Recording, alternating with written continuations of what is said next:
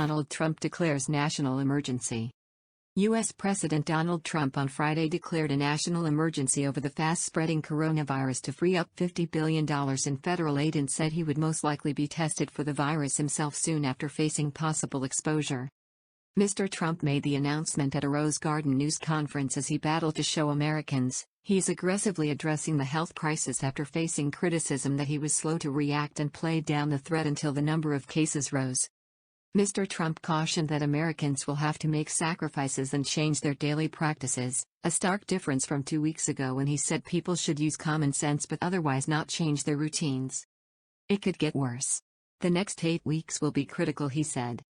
The president appeared on stage with members of his coronavirus task force and business executives after meeting them inside the White House over how to accelerate testing of Americans for the virus to better track the contagion's spread. Shaking hands freely with the gathered business executives, the years-old Mr. Trump later acknowledged he expected to be tested for the virus. He had come into contact with a Brazilian official last Saturday who later tested positive for coronavirus. Most likely, yeah, most likely. Not for that reason but because I think I will do it anyway, Mr. Trump said fairly soon. We're working out a schedule. We have no symptoms whatsoever, he said to a question about whether he should get a test. Mr. Trump shrugged off a question about whether he was responsible for what many experts have said was slow progress toward expansion of tests to track the virus. I don't take responsibility at all, he said, blaming rules and regulations he inherited for the inability to mass-produce the testing kits. Mr. Trump, who on Wednesday ordered citizens from 26 European nations not to enter the United States for 30 days as of midnight Friday, said his administration may be adding travel restrictions on the United Kingdom and a couple of other countries. As for whether Americans should take commercial flights, Mr. Trump was blunt: if you stay home, it's not bad. It's not bad.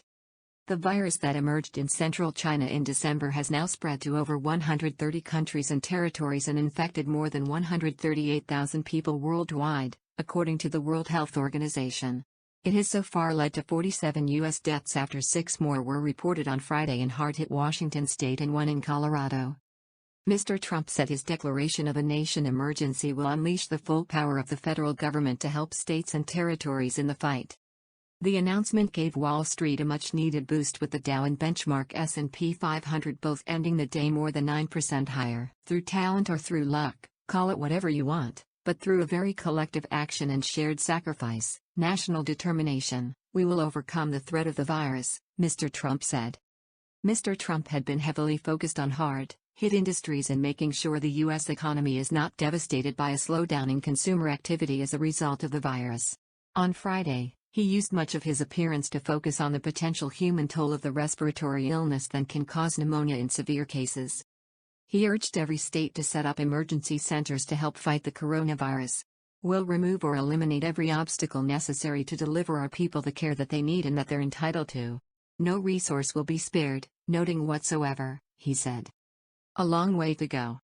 Pressure has been mounting for Mr. Trump to declare an infectious disease emergency under the 1988 law that would allow the Federal Emergency Management Agency, FEMA, to provide disaster funds to state and local governments and to deploy support teams.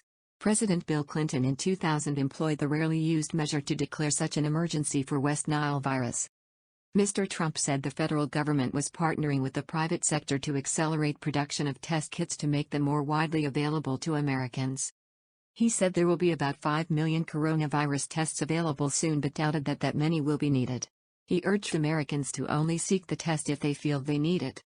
We don't want people to take a test if we feel that they shouldn't be doing it, and we don't want everyone running out and taking, only if you have certain symptoms, he said. Alongside Mr. Trump was Anthony Fauci, the National Institutes of Health expert who was on Mr. Trump's coronavirus task force. He offered a cautious outlook for what may unfold in the short term. We still have a long way to go. There will be many more cases. But we'll take care of that, said Mr. Fauci, long the nation's top infectious disease expert. What's going on here today is going to help it end sooner than it would have.